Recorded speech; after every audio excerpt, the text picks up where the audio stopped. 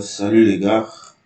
Bon, j'espère que vous allez bien et que on n'a pas oublié cette formation de Revit Architecture plus Maîtrise. C'est bien écrit, c'est un séminaire qui est très professionnel, c'est une formation.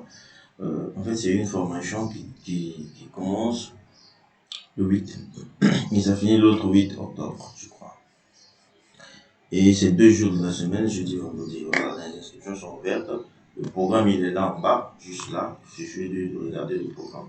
Pour des gens qui sont à l'extérieur, vous pouvez le faire online. Pour des gens qui sont sur place, vous pouvez venir dans nos bureaux pour passer ce séminaire. Ok. J'espère que on a tous compris. Maintenant, en fait, ici, qu'est-ce que je veux vous dire? Je suis sur Revit. Je vais vous montrer, en fait, la manière la plus facile. En fait, pourquoi travailler en BIM et pourquoi travailler avec Revit et d'autres logiciels. D'abord, pourquoi travailler avec Revit? Parce que Revit, c'est un logiciel qui est très puissant. C'est un logiciel qui est très puissant, qui est vraiment indispensable aujourd'hui à tout le monde. Donc, on n'enlève personne à tout le monde. Revit est vraiment indispensable. Donc, du coup, ce que je vous conseille, c'est quoi? Par exemple, si vous travaillez sur Greatech, Advanced Design ou Greatech OMD ou OMD, donc vous allez venir sur PowerPack. Vous voyez, vous venez sur PowerPack et vous allez faire une intégration. On appelle ça une intégration BIM Connect. Vous allez exporter votre fichier vers comment on appelle, vers les deux. C'est-à-dire, ça peut être, je peux cliquer sur exportation. Il me demande de choisir. Il me dit Adams, je veux envoyer sur Advanced Design ou bien je veux envoyer sur H. Et ça dépend de moi. Il y a aussi démarrer automatiquement le logiciel. Ça veut dire quoi? Dès que je vais lancer, désolé, dès que je vais lancer Greatech, dès que je vais lancer exporter le fichier, automatiquement, grâce à Revit, il y aura démarrage soit de Arch OMD, soit de Advanced Design. Vous voyez? Donc, si vous avez les deux, par exemple, je vais essayer avec Advanced Design, je vais faire OK. Voilà, donc si j'ai Advanced Design, il va me dire création de ma page. J'ai dit ouais, il va créer moi ma page là. Donc, il va ouvrir Advanced Design rapidement. Si vous avez Advanced Design installé.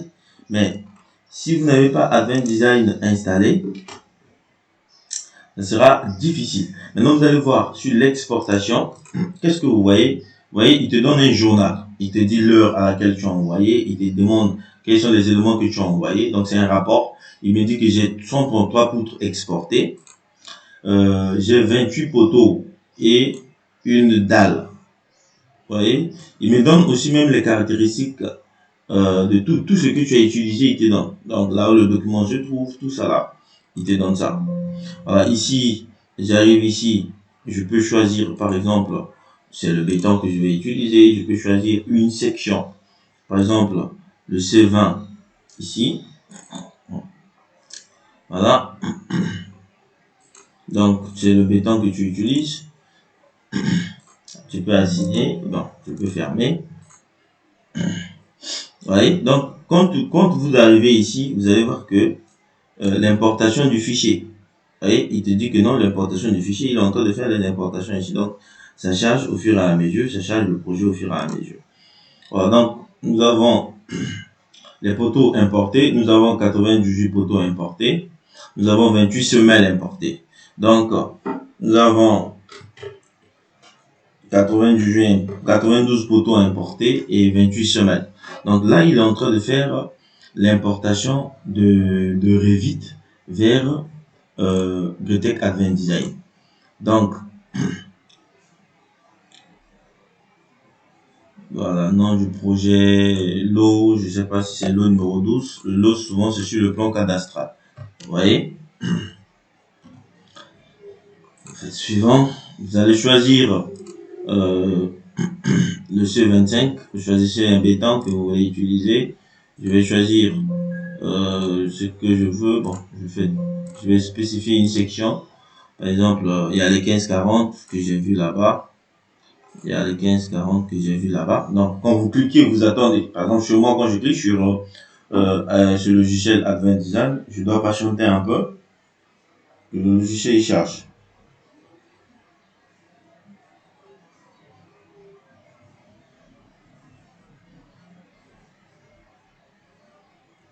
Donc, je peux mettre une petite pause. Très bien. Donc, voilà l'exportation de ce logiciel. Donc, je suis là. Qu'est-ce que je vais faire?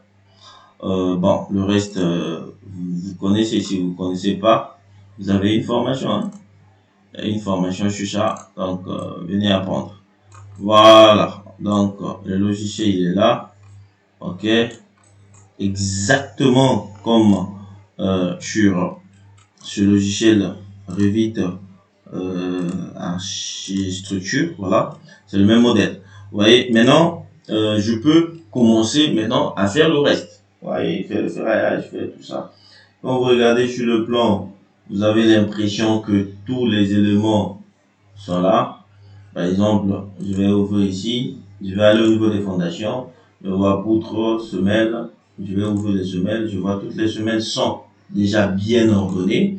Je vais aller au niveau des langrines, je vais ouvrir ici, je vois toutes les langrines sont bien ordonnées.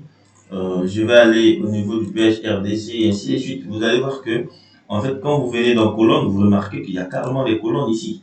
Donc, quand je sélectionne, par exemple, quand je sélectionne la colonne là, je vois ça carrément ici, voilà. Elle est là, bien positionnée. Ok, donc c'est ça. Quand vous venez par exemple ici, vous sélectionnez, voilà, vous sélectionnez les langrines. Voilà, donc on est là, bien positionné. Donc il n'y a pas trop de problème sur ça. Il faut être juste maître de ça. C'est pour cela, apprenez Revit. C'est pour cela que je vous invite à venir ici. C'est très important. Voilà. Donc, je vais vous montrer aussi comment est-ce que je peux faire l'importation ici, par exemple, pour Arch. Vous voyez, c'est très facile. Je vais aller sur Arch. Donc, Arch OMD. Vous voyez que ici, pack, il me demande de générer le même truc. Voilà, ça, on a lu ça. 92 poteaux, 133 poutres et 28 semelles avec une dalle. Donc, qu'est-ce que je fais? Je vais ouvrir OMD. J'ai la version 2018, vous voyez. En fait, le passage de robot et de Revit vers Gretec, par exemple HOMD, on n'est pas obligé d'avoir la même version. Mais tout à l'heure, quand j'étais sur Advance, puisque j'ai la version de 2022 aussi de Advance et de OMD, mais ce OMD qui était installé, c'était le 18, donc il n'y a pas de souci pour moi. Donc, voilà. Donc, c'est ça. Donc, quand je clique ici, vous voyez que j'ai le même truc. Je fais même un rendu réaliste. Sur le rendu réaliste, vous allez voir que j'ai ça. Voilà. Donc, même chose. Rien à enlever. Voilà. Donc, c'est la même chose qui est sur le truc que nous retrouvons également ici. Donc pour ça, ne vous en faites pas. Revit, c'est un logiciel incontournable. Bien. Ici, c'était sur Arch. Donc, quand je sélectionne, par exemple, je sélectionne cette poutre, je vois que cette poutre-là va me donner la section que j'ai mis là-bas. Par exemple, je sélectionne cette langrine. Je vois que c'est une langrine qui fait 15,50. Voilà. Donc, pour ça, il n'y a pas de souci. La semelle, elle est là. Voilà. Donc, pour ça, ne vous inquiétez pas. On a déjà tout préparé. Donc, voilà. Des poutres ici, semelles ici, des poutres noyées, tout ça. Maintenant, autre chose, c'est le passage de ce logiciel. Par exemple, j'ai pas installé, si j'avais mis mon site 4, j'allais vous montrer aussi comment est-ce qu'on pouvait le faire. Est-ce que vous voyez? Maintenant, on peut aussi aller, puisque Robot fait partie des logiciels Autodesk, donc du coup, il existe un passage direct. Donc ici, on ne vient pas utiliser les packs, on vient plutôt sur insérer. Ici, je fais ici intégration. Donc quand je vais ouvrir, en fait, il va aller ouvrir Robot directement. Donc du coup, ça c'est, tu vois, ici maintenant, regardez, je suis sur Revit 2022. Voilà, il a ouvert Robot 2022. Mais Revit 2022 a le pouvoir d'ouvrir Robot 2023. Je vais fermer. Regardez, je ferme. Je ferme carrément. Je viens par exemple sur Robot 2023. Vous voyez? En fait, pourquoi je vais ouvrir Robot 2023? Parce que, voilà, je viens. Qu'est-ce que je fais? Je vais lancer. Je vais dire au logiciel de reconnaître Robot 2023 comme étant le logiciel que je vais utiliser en premier. Donc, je vais fermer. Je vais venir ici. Je vais lancer. Voilà. Je vais lui demander de faire une intégration directe.